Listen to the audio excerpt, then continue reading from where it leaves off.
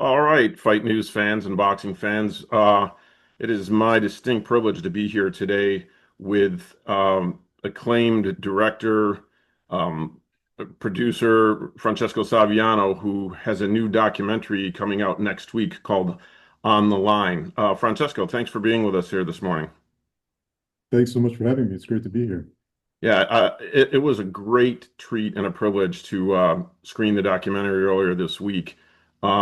I tend to be, I mean, I appreciate movies, but I'm a little bit more of a documentary guy myself. So I love documentaries and obviously, especially boxing documentaries. And this one really, excuse the pun, it was a knockout. I loved it. Oh, thank you so much. I really appreciate that. Yeah, especially since I was familiar and I've seen a lot of the fights of the three subjects in this documentary. And I've actually met Danny Jacobs a few times, so it's nice when there's a little bit of a connection like that. It kind of brings it a little bit closer to home. Um, That's great. Yeah, yeah, so boxing, as you know, I don't need to tell you this, has been, a subject matter and a backdrop for, feature films, of course, but also quite a select handful of documentaries. What drew you to making a documentary about boxing? I was actually somewhat invited into it. One of the producers on the film, Brendan McGee, he had an idea to follow three fighters out of the ring. He was very interested in their lives outside of boxing, so we he came to me with this project, and he was kind enough to kind of invite me on. And his he had a few fighters in mind for this, and one of them was Will Rosinsky because Will was such is such an impressive guy, but at that time he was an impressive guy as well. He was a college graduate. He was looking to be a teacher, but he was also this really decorated amateur fighter. I think he was a four-time Golden Glove champion, and he was starting a very successful pro career. So we started filming with Will. We started that project, and it just kind of naturally led to the other guys in the film. So Will led to Danny Jacobs because they came up together in Starrett City in Brooklyn, and then Danny led to Pat. Danny and Will led to Pat, who was the young guy who uh, knew Will and trained with him in PAL somewhat, but he also really looked up to Danny. Like I think Danny was his mentor and role model to a large degree. So it just kind of felt natural to follow those three guys. And yeah, and it ended up taking 10 years. I didn't expect that, but it was a really wonderful experience, also a heartbreaking experience as well because of some of the events, life events that happened. But it was a real privilege to be able to film with those guys and to tell their story. I mean, it was a real something we took very seriously, kind of telling these guys' story, and I'm grateful that we had the chance to. Wow. Uh, I'm laughing inside because you've just about answered all my questions with that. No, but no, thank you though for the detailed information and excuse me if I retouch on some of what you talked about with my upcoming questions. But so you mentioned I'm sorry again, your partner who brought the idea to you, his name again? Uh, his name his name is Brendan McGee. Brendan. Okay. He Yeah, he's one of the producers on the film. So did Brendan and or you either in the beginning, did you have any preconceived notions about the story you wanted to tell, or did you know how many boxers you were looking to involve? Was it just one, or was it a thing where you wanted to just get started and see where it went? Yeah, I think we set a. I think it was. I can actually remember it was August 2013 when we started. So it was a long time ago. But we set up a couple shoot days with Will. We did a big interview day with him in his house, and we did another shoot the following week at PAL Gym, and we met Joe Higgins, who I'm sure you guys all know. Joe is he's quite a character and a fixture in the boxing world, and I don't think we had a plan really, just to kind of tell Will's story, get to know him, and also it was such a kind of thrill to be in the gym with these guys and these really skilled pro fighters, and there were some amateurs there too. But everyone in the PAL gym was like a real incredible boxer. And so I think initially it was just let's follow Will, let's see what happens, and then one thing led to another, and then uh, pretty soon after that, Will was joining the fire department, so we started following him during that period in his life. And yeah, I think we just took it one shoot at a time, pretty much. And then there was all these like I guess goals that they had or milestones in their lives. So Will was wanted to graduate the fire department. So that was one that we were following. Then we'd film his graduation. Then he wanted to fight again. So he would be coming back for his first pro fight after taking a break. And then with Patrick as well, Patrick had these fights coming up and he was having difficulty getting a fight. So, but then he would get one. And that's when we filmed him at Madison Square Garden. So things like that, like I guess just events in their lives, we would just kind of catch back up with them. It might be a year since we saw them or something like that, but yeah, we would just keep the journey going, and we didn't really have an end date in mind. Well, Um, that's what I was going to ask you. So I mean, I seriously doubt you could have imagined it was going to be this 10-year journey. And actually, really, I was kind of looking at the dates with Danny Jacobs, his last fight was in 2024. So you kind of went into your 11th year actually with him if you started in 2013. So it, yeah, so I was wondering, I know there was a movie some years ago, you probably know the one I'm talking about, that actually took 10 years to make, but it was on purpose, and all the actors were growing. It followed a boy's life, and I can't remember, but I was fascinated by that as a movie because that was the intent of the creator, the director. But I don't imagine, like you said, you didn't have an end date, but did you ever find yourself like saying, "Man, we're on year 7, year 8, like what, oh when are yeah, we gonna end this?" absolutely.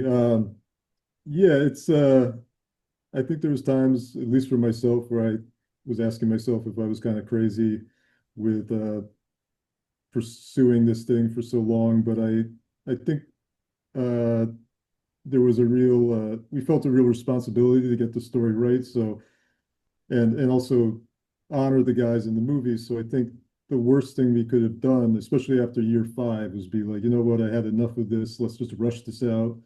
And one of our the executive producer that came on, who's a wonderful actor and talented person in all regards, Vincent Piazza. Um, he really shepherded this thing with us, and towards the end, he would be like, just hold on a little longer. I think Danny might retire. I think it would be good to have that mentioned in the end or something like that. So even if maybe my impulse was to be like, all right, I'm done. uh, Vince would always kind of give great counsel and be there to just he cared about the movie as much as we did. So it was really great to have him in our corner. And yeah, so he kind of looked out for us as well. I mean, I don't think we would have rushed it regardless, but that impulse, of course, was kind of there. Like, when is this going to finish? Yeah. Well, it's great that you had a good teammate like that. I think you'll see anybody like I guess you could look at it as, filmmaking like as a team sport, and anytime they're interviewing one guy after, a world championship or whatever, they usually credit their teammates, and it wasn't just a, one person endeavor, but everybody contributed in some meaningful way to assure the victory. In this case, what I think is going to be a really successful film. The Thank you. ironic thing is you talked about how you were initially focusing on Will, and as I was kind of bouncing around the timeline, looking at their careers and when you guys started this project and when it ended, he ended up his career was over 2 years into the creation, and he was done by 2015. Did that throw a monkey wrench into things, or did you say, well, we still, have Patrick and Daniel, and we still keep going?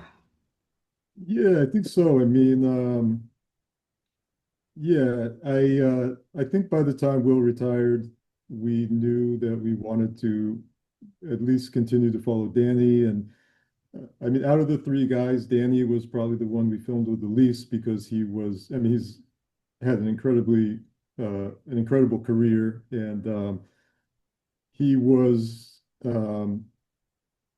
out of the three guys, probably the guy that we filmed with the least. But we kind of knew we wanted to keep telling his story, and I think earlier on the idea of kind of the outcomes that fighters could have. So at that time, we knew there was the fighter who realized that they couldn't, I think, as Will says, fight till you're 50 years old, and knew he wanted to have a backup plan. Then there was the fighter like Danny, who was one of the rare kind of 1% guys. So we felt that was another really important element of the story. And then Patrick was the young guy coming up, as Joe Higgins says. And that was another really interesting uh, thread of the story we thought early on. So, and also the cycle of boxing and how a lot of these things are secular with these guys' careers, like trying to get the big fight, trying not to lose any of the fights because that makes it harder for them to advance in their career. So there was a lot of really interesting themes and points we wanted to continue. And Will was also still living his life outside of boxing, and that was really interesting too. Like, how does someone who dedicated their life to the sport um, feel after they retired? Like, do they have the impulse to come back, or because there are a lot of fighters, obviously, who do fight again, even if it's not advisable. So yeah, after 2015, when Will retired, then we were pretty dedicated to following Patrick, I believe, at that time, and wanted to see where Danny was going. And then Patrick and Danny were both on the same card at MSG in 2018. Mhm. And then, of course, the tragic events in 2019. And at that point, we were still kind of figuring out what this movie was. And I think that really made it where we felt not an obligation, but it just felt important to honor Patrick and the person he was. And I didn't know him incredibly well. I knew him through the filming, but I mean, as anyone who knows or knew Patrick would say, he was just an incredible person, an incredible young man, and to be around him was something special, and he was a very special person. So to have footage of someone like that, it just felt we needed to honor who he was and let people see the person he was because you don't meet a Patrick Day every day. No, and especially not in boxing. He was a very atypical type of person that gravitates to the sport.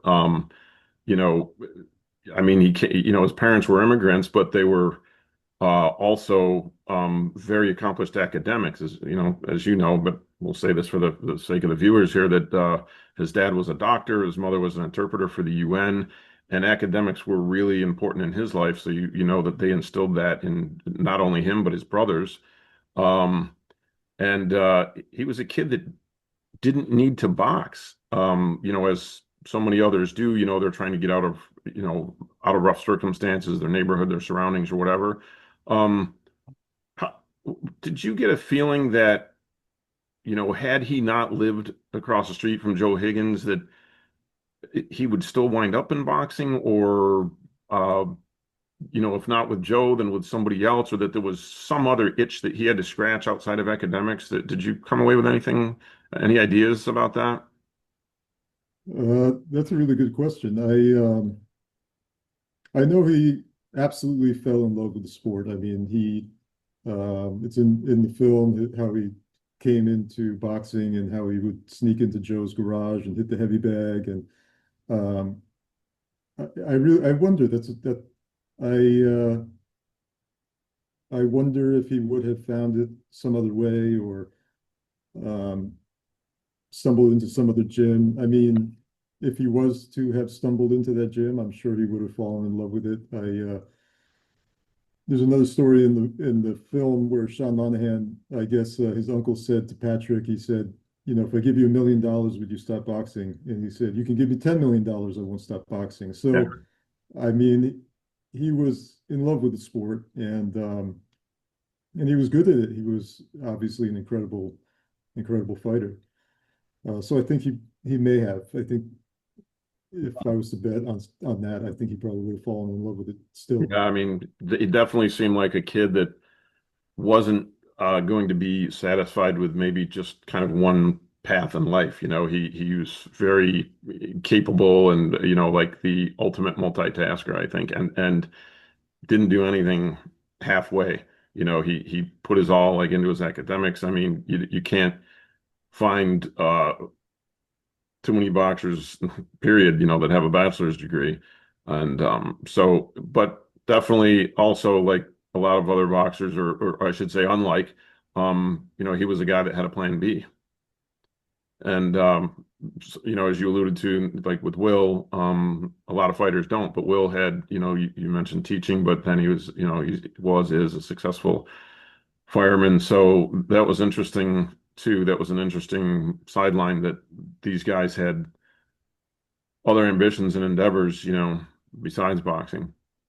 Yeah, I wanted to skip back to Danny, if you don't mind. You mentioned, that you didn't do like as much filming with him, but yet uh, he ended up professionally being the most accomplished of the three guys, winning two different, professional middleweight titles. Um, and but yet probably the biggest, story or stories in his life took place before the project began. He had a crack at the world title in which he was favored to win against an unknown, Russian, Dmitry Pirog. At least worldwide, he wasn't very well known, and he was doing well in the fight, and then gets, one punched out, and then a year after that, he's diagnosed with osteosarcoma, cancer on his spine. And you guys, kudos to you going back and tracking down that huge story in his life before this project even got underway.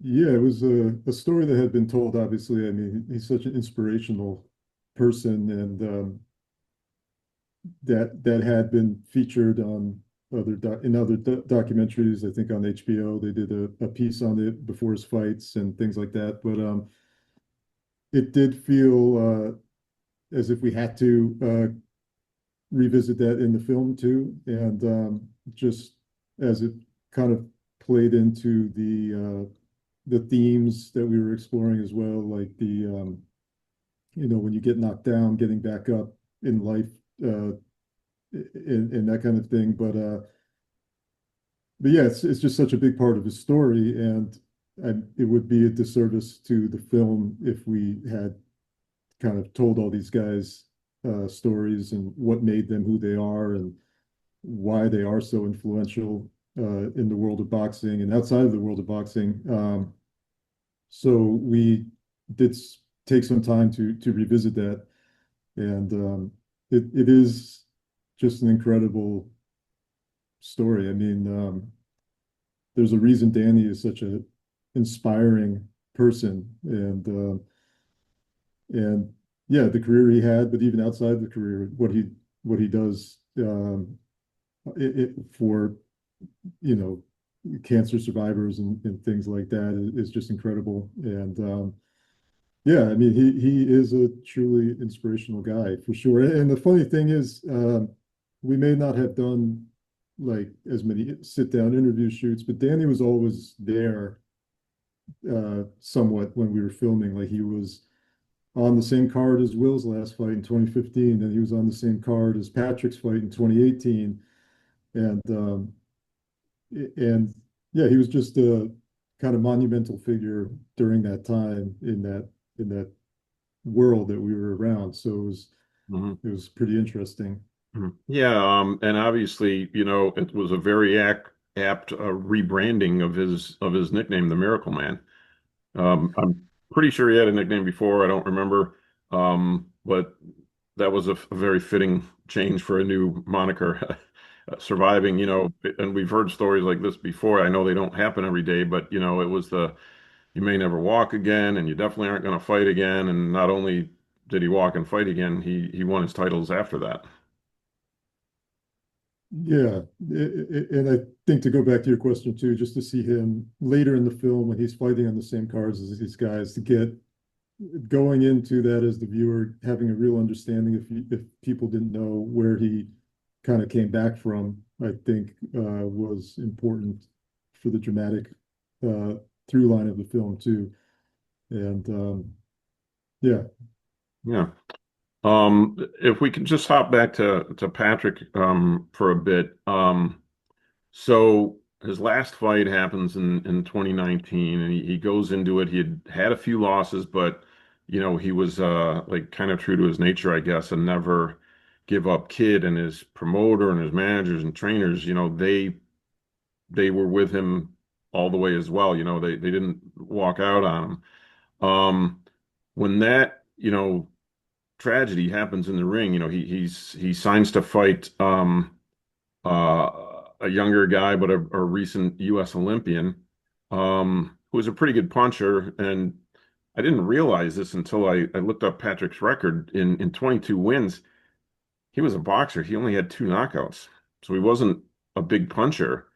And then, he suffers that loss and ends up, losing his fight for life. And um, how did that? I mean, you couldn't. I don't even know if you guys, on the film crew, the team making this documentary could have even. I don't know if you thought about, oh, what's the worst thing that can happen while we're doing this? A guy loses or something like that. But how did his passing affect you guys as filmmakers? I'm sure at some point, in the process, you feel kind of a closeness with these fighters, and then this happens.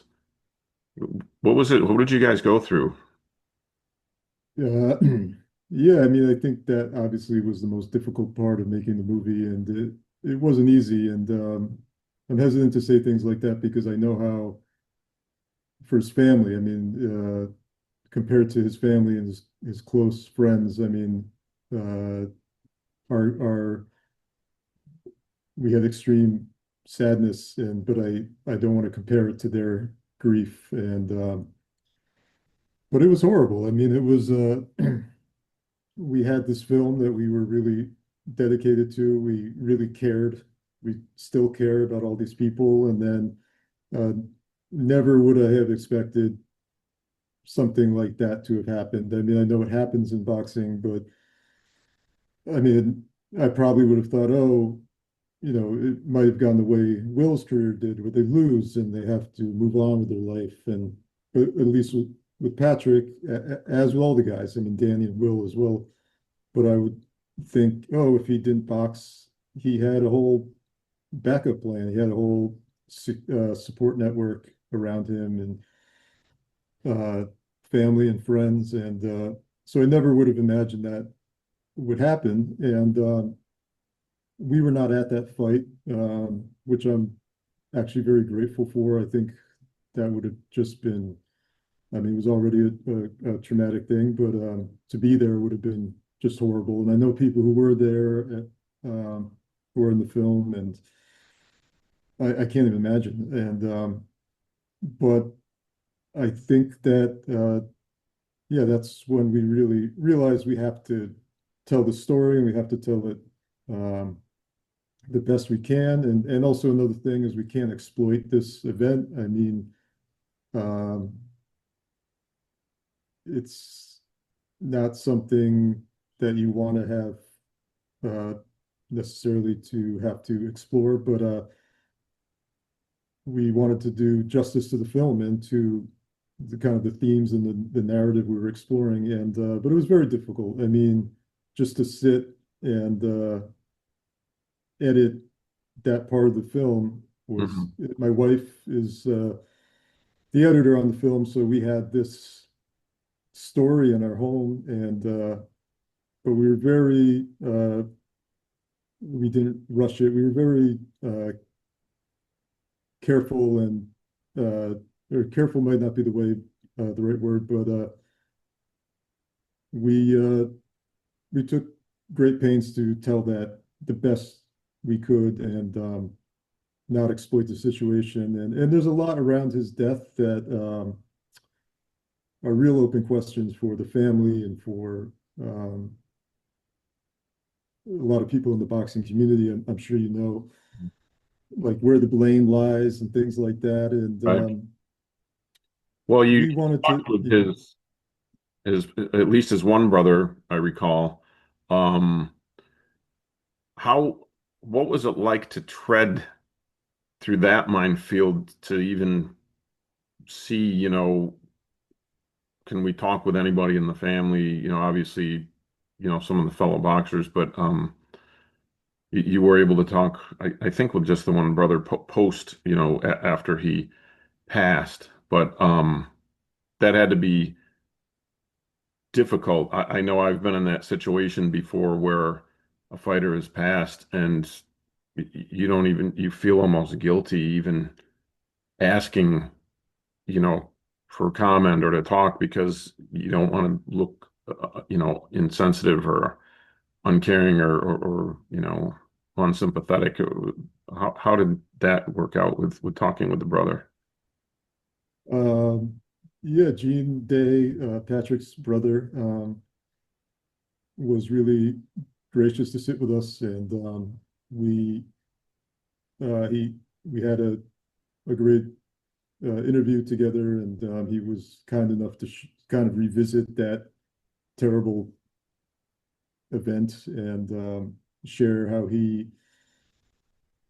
feels about that fight as well, like in particular in the fights leading up to it. And there's a lot in the film that we weren't able to, just because of the narrative of the film following the three guys, like that could be a whole film in itself Mhm. about uh, Patrick's career and what led up to that fight and maybe who was to blame or not to blame. I mean, there's a lot of questions that the family has, and I think for us, we wanted to start the conversation. I mean, we want people to see the movie. Um, I didn't feel it was my place to place blame on people, but I think hopefully we explore the different facets of boxing throughout the film, the business, the effect of a loss on someone's career and uh, the people that you should have in your corner, things like that. So we hope that that will continue the conversation. I really hope that it gives Pat's family as well the platform to talk more about it and to to get their thoughts out there more into the world and to shape the conversation around boxing. And so yeah, it was good. It was good to talk to him, though. I mean, it was really, and he had to be in the film. We had to have representation of his family in the film, and I think it would have been a real disservice if we did not, and not fair to the family either. I agree. Um, and one thing I meant to ask at the beginning, but we can kind of close with this. Tell us about the title On the Line. Does it have like well, how did you come up with that? And I don't know if it was you or who came up with it, but do you feel like there's a singular meaning for that, or maybe it can be interpreted a few different ways? The career's on the line, life on the line,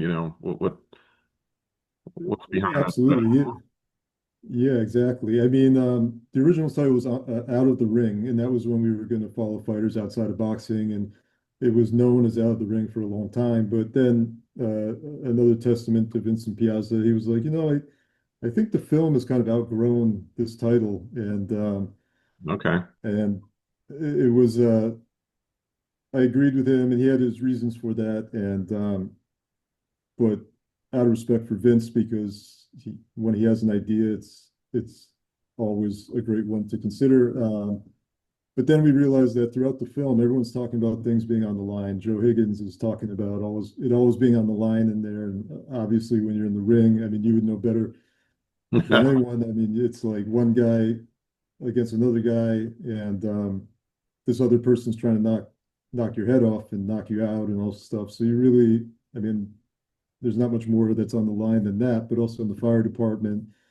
Um, every time you run into a burning building, that type of thing. I mean, Yeah. these guys literally have it all on the line, like their whole life, their future, their careers. So it really just hit home for us. It made sense to call the film that. And Well, great. I think it's yeah. a very apt title. And very quickly, you guys premiere next week in, is it Miami? Yes, we premiere next week at Miami during the Get in the Game conference, and Mhm. it's part of Game Time Sessions, which is the largest kind of festival of sports, art, and culture, and created by Adam Abdallah. And it's going to be a great event. And there's going to be panels for 2 days, the 19th and 20th, with athletes and artists and writers. And we're going to premiere our film there on the 19th at 7 p.m. at the Perez Art Museum in Miami. And Excellent. then we'll have a New York premiere, and we should be going on VOD in early May, I believe. And Okay, yeah, I was going to ask where can fans see it who aren't going to be running to the premieres in yeah, Miami. yes, it will be on Apple, Amazon, and Google Play in May, Okay, and I excellent. believe mid early to mid May for that, and it will be hopefully on streaming platforms as well, and we might even do some screenings, in theater screenings in LA and New York and other places. So we have a website, otlfilm.com, where we put up all the different things that's going on with that are going on with the film. Okay, great. Well, Francesco, thank you so much, first of all, for the film. Uh, Great job. I think anybody that's a boxing fan is going to love it. Not, your typical boxing documentary, but really touching, hard hitting, and just overall well done. So thank you for that, and thank you for speaking with us today. Thank you so much for having me. It's been a real privilege to be on. Okay, and have a great time next week in Miami. Thank you. You as well. All right, bye bye.